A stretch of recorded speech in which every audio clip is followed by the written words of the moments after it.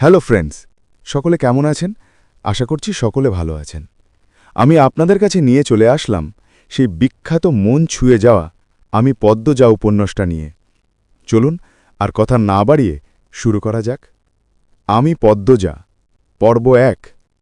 ফাহিমা ক্লান্ত হয়ে ধপ করে ফ্লোরে বসে পড়ল। হাত থেকে লাঠিটা পড়ে গিয়ে একটা মৃদু আওয়াজ তুলল। তার শরীর ঘেমে একাকার। কপালের বিন্দু বিন্দু ঘাম হাতের তালু দিয়ে মুছে বার কয়েক জোরে জোরে নিঃশ্বাস ফেলল সে। এরপর চোখ তুলে সামনে তাকাল। আহা, রিমান্ডে কোনো পুরুষই তো টিকতে পারে না। সেখানে এই মেয়েটি আজ ৪ দিন ধরে রিমান্ডে, তার সামনে চেয়ারে বাঁধা অবস্থায় ঝিমুচ্ছে। ৪ দিনে একবারও মুখ দিয়ে টু শব্দটি পর্যন্ত করল না। শারীরিক মানসিক কত নির্যাতনই না করা হয়েছে, তবুও ব্যথায় আর্তনাদ অবধি করেনি। মনে হচ্ছিল যেন একটা পাথরকে পিটানো হচ্ছে, যে পাথরের রক্ত ঝরে কিন্তু জবান খুলে না। ঠিক তখনই সেখানে আগমন ঘটল ইন্সপেক্টর তুষারের। তুষারকে দেখেই ফাহিমা কাতর স্বরে বলল, সম্ভব না, আর কিছুতেই কথা বলছে না। তুষার অভিজ্ঞ চোখে মেয়েটিকে ২-১ সেকেন্ড দেখল। এরপর গম্ভীর কণ্ঠে ফাহিমাকে বলল, আপনি যান। ফাহিমা এলোমেলো পা ফেলে চলে গেল। তুষার একটা চেয়ার নিয়ে মেয়েটির সামনে বসল। বেশ কিছুক্ষণ চুপ থেকে বলল, আপনার সাথে আজ আমার প্রথম দেখা। মেয়েটি কিছু বলল না, তাকালো না। তুষার মেয়েটির দিকে সূক্ষ্ম দৃষ্টি মেলে তাকাল। বলল, মা বাবাকে মনে পড়ে? মেয়েটি চোখ তুলে তাকায়।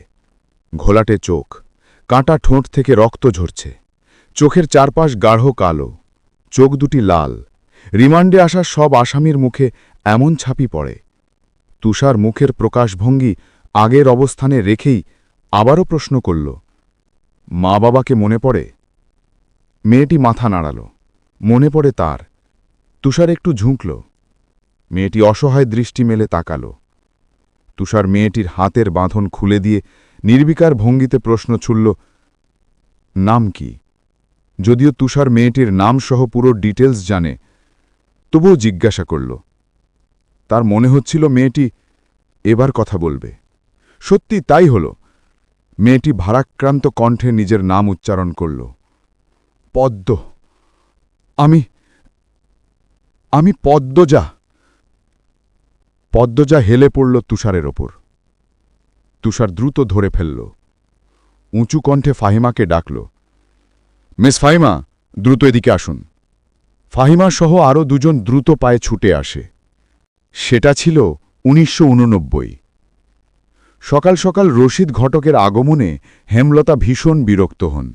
তিনি বারবার পই পই করে বলেছেন, পদ্মর বিয়ে আমি এক্ষুনি দেব না, পদ্মকা অনেক পড়াব। তবুও রশিদ প্রতি সপ্তাহে সপ্তাহে এক এক পাত্রের খোঁজ নিয়ে হাজির হন। মেয়ের বয়স আর কত হল? মাত্র ১৬। শামসুল আলমের মেয়ের বিয়ে হয়েছে ২৪ বছর বয়সে। পদ্মর বিয়েও তখনই হবে, পদ্মর পছন্দ মতো। হেমলতা রশিদকে দেখেও না দেখার ভান ধরলেন। রশিদ একদলা থুতু ফেললেন উঠানে। এরপর হেমলতার উদ্দেশ্যে বললেন, বুঝো পদ্মর মা, এইবার যে পাত্র আনছি এক্কেরে খাঁটি হিরে। আমি আমার মেয়ের জন্য পাত্র চাইনি, তবুও বারবার কেন আসেন আপনি? যুবতী মাইয়া ঘরে রাহুন ভালা না। মেয়েটা তো আমার, আমাকেই বুঝতে দেন না। হেমলতা রশিদকে দেখেও না দেখার ভান ধরেন। রশিদ অনেক চেষ্টা করেও সুবিধা করতে পারলেন না। ব্যর্থ খুমখুমে মুখ নিয়ে সড়চে পা রাখলেন। প্রতিদিনের কোনো না কোনো পাত্রপক্ষ এসে হাতে টাকা গুঁজে দিয়ে বলবে, মগরচের বউ ছেড়িডারে চাই। রশিদ নিজে নিজে বিড়বিড় করে আওড়ান, গ্যারামে কি আর ছেড়ি নাই? একটা ছেড়িডারে ক্যান সবার চোখে পড়তেইবে, চাইলে কি সব পাওয়া যায়? পূর্ণা স্কুল জামা পরে পদ্মজাকা ডাকল, আপা, এই আপা, স্কুলে যাবি না? আপারে। পদ্মজা পিটপিট করে চোখ খুলে কোনো মতে বলল, না। পরপরই চোখ বুজে ঘুমিয়ে গেল। পূর্ণা নিরাশ হয়ে মায়ের রুমে আসে, আম্মু, আপা কি স্কুলে যাইব? হেমলতা বিছানা ছাড়া রেখে পূর্ণার দিকে কড়া চোখে তাকান। রাগী স্বরে বললেন, যাইবে কি, যাবে বলবি। পূর্ণা মাথা নত করে ফেলে। হেমলতার কড়া আদেশ, মেয়েদের পড়াশোনা করাচ্ছি, অসভ্য ভাষায় কথা বলার জন্য নয়, শুদ্ধ ভাষায় কথা বলতে হবে। পূর্ণাকে মাথা নত করতে দেখে হেমলতা তৃপ্তি পান। তার মেয়েগুলো মান্যতা চিনে খুবই অনুগত। তিনি বিছানা ঘোষাতে ঘোষাতে বললেন, পদ্ম শরীরে ভালো না, সারা রাত পেটে ব্যথায় কেঁদেছে, থাক ঘুমাক। পূর্ণার কিশোর মন খুব বুঝে যায় পদ্মজা কিসের ব্যথায় কেঁদেছিল। সে রাতে নানাবাড়ি ছিল বলে জানতে পারেনি, ভোরেই চলে এসছে। নানাবাড়ি হেঁটে যেতে 5 মিনিট লাগে। পূর্ণাকে চুপচাপ দাঁড়িয়ে থাকতে দেখে হেমলতা বললেন, তুই যা, মাথা নিচু করে যাবি, মাথা নিচু করে আসবি। আচ্ছা আম্মা। পূর্ণা রুমে এসে আয়নার সামনে দাঁড়ায়, নিজেকে খুঁটিয়ে খুঁটিয়ে দেখে। এরপর গত মাসে মেলা থেকে আনা লাল লিপস্টিক গাঢ় করে ঠোঁটে মাখে। 14 বছরের পূর্ণার ইদানিং খুব সাজতে ইচ্ছে করে। হেমলতা সেজেগুজে স্কুলে যাওয়া পছন্দ না করায় পূর্ণা আগে লিপস্টিক মাখে। 3 দেওয়ালের কাঠের ঘড়ির কাঁটায় সকাল 10টা বাজল মাত্র। এখনও পদ্মজা ওঠে না। হেমলতা মেয়েদের রুমে ঢুকলেন। পদ্মজা 2 হাতে ভাঁজ করে ঘুমোচ্ছে। জানালার পর্দা ভেদ করে আসা আলোটা পেলব রূপের স্পর্শে পদ্মজার মসৃণ পাতলা ঠোঁট, ফর্সা ত্বক চিকচিক করছে। হেমলতা বিসমিল্লা বলে 3 বার ফুঁ দেন মেয়ের শরীরে। গুরুজনরা বলেন, মায়ের নজর লাগলে বেশি, নজর কাটাতে বিসমিল্লা বলে ফুঁ দিতে হয়। হেমলতার মায়া লাগছে পদ্মজার ঘুম ভাঙাতে, তবুও আদুরে গলায় ডাকলেন, পদ্ম, এই পদ্ম। পদ্মজার চোখ খুলে মাকে দেখে দ্রুত উঠে বসে। যেদিন ঘুম থেকে উঠতে দেরি হয় সেদিনই হেমলতা ডেকে তোলেন। পদ্মজা অপরাধী কণ্ঠে প্রশ্ন করল, বেশি দেরি হয়ে গেছে? আম্মা, সমস্যা নেই, মুখ ধুয়ে খেতে আয়। পদ্মজা দ্রুত কলপারে গিয়ে ব্রাশ করে মুখ ধৌত করে। হেমলতা শিক্ষকের মেয়ে, তাই তার শিক্ষা নিয়ম নীতির প্রভাব বেশি। মেয়েদের শতভাগ নিয়মে রেখে বড় করেছেন তিনি। পদ্মজা রান্নাঘরে ঢুকে দেখল প্লেটে খাবার সাজানো। সে মৃদু হেসে প্লেট নিয়ে টেবিলে গিয়ে বসল। তখন হেমলতা আসেন। পদ্মজা দ্রুত ওড়না দিয়ে মাথা ঢাকে। হেমলতার দেওয়া আরেকটা নিয়ম, খাওয়ার সময় মাথা ঢেকে খেতে হবে। পদ্মজা নিশুপ শব্দে শান্ত ভঙ্গিতে খেতে থাকল। হেমলতা মেয়েকে সহজ করে বললেন, তাড়াহুড়ো করছিস কেন? মুখ ধুতে গিয়ে চুল ভিজিয়ে এসেছিস, খেয়ে রোদে বসে চুলটা শুকিয়ে নিবি। আচ্ছা আম্মা। আম্মা, পূর্ণা প্রেমা আসে নাই? পূর্ণা আসছে, স্কুলে গেছে। প্রেমা দুপুরে আসব। আম্মা, আব্বা কবে আসবেন? পদ্মজার প্রশ্নে হেমলতা দাঁড়িয়ে পড়লেন। শুকনো গলায় জবাব দেন, জানি না, খাওয়ার সময় কথা বলতে নেই। হেমলতা চলে যেতেই পদ্মজার চোখ থেকে টুপ করে 1 ফোঁটা জল পড়ে পাতে।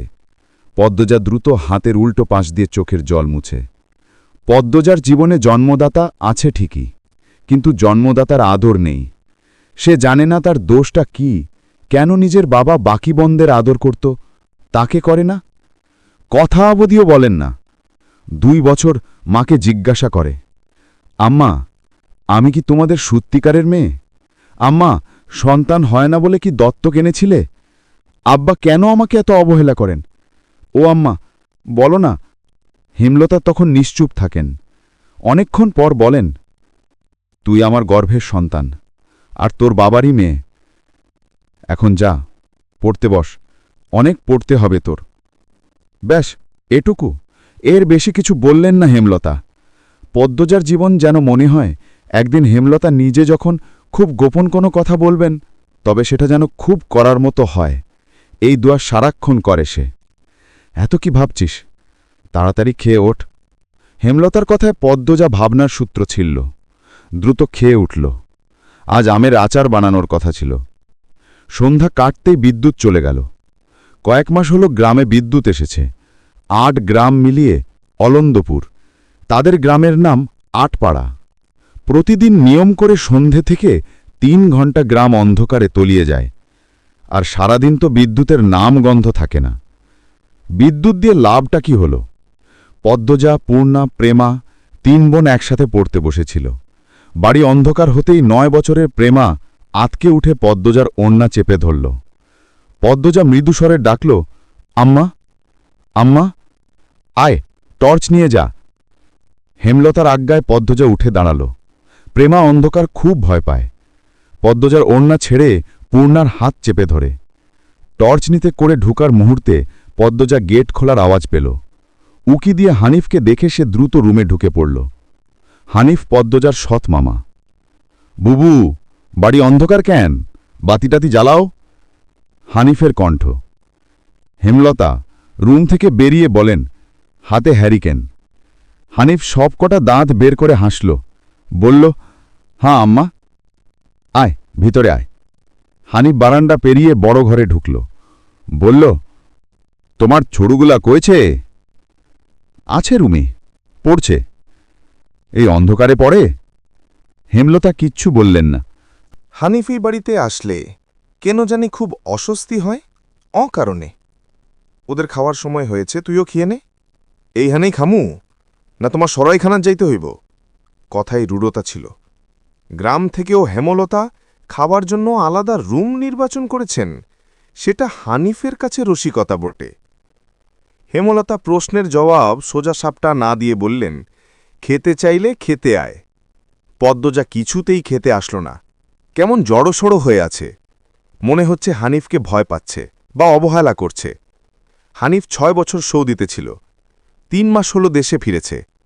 এই 3 মাসে যতবার হানিফ এই বাড়িতে পা রেখেছে, ততবারই পদ্মজা অজুহাত দিয়ে দূরে দূরে থেকেছে। হেমলতার বিচক্ষণ মস্তিষ্ক মুহূর্তে অনেক কিছু ভেবে নিল, তাই জোর করলেন না। আজই এই লুকোচুরির ফয়সালা হবে। হানিফ পদ্মজাকে দেখার জন্য অনেক ছটপট শুরু করল, কিছুতেই সুযোগ পেল না। বিদ্যুৎ আসার ঘণ্টাখানেক পর হানিফ চলে যায়। পূর্ণা, প্রেমা রুমে ঢুকতেই পদ্মজা ঝাঁপিয়ে পড়ল। রুদ্ধ শ্বাসকণ্ঠে বলল, কতবার না করেছি লোকটার পাশে বেশিক্ষণ না থাকতে, তোরা কেন শুনিস না আমার কথা? পূর্ণা ও প্রেমা বিস্ময়ে থমকে গেল। পদ্মজা কখনো তাদের এমন নিষেধ দেয়নি, তাহলে এখন কেন এমন বলছে? হেমলতা রুমে ঢুকতেই পদ্মজা চুপসে গেল। পদ্ম, আমার রুমে আয়। আমি পদ্মজা উপন্যাসের বাকি পর্বগুলো শুনতে আমাদের চ্যানেলটাকে একটা লাইক দিয়ে পাশে থাকবেন। ধন্যবাদ।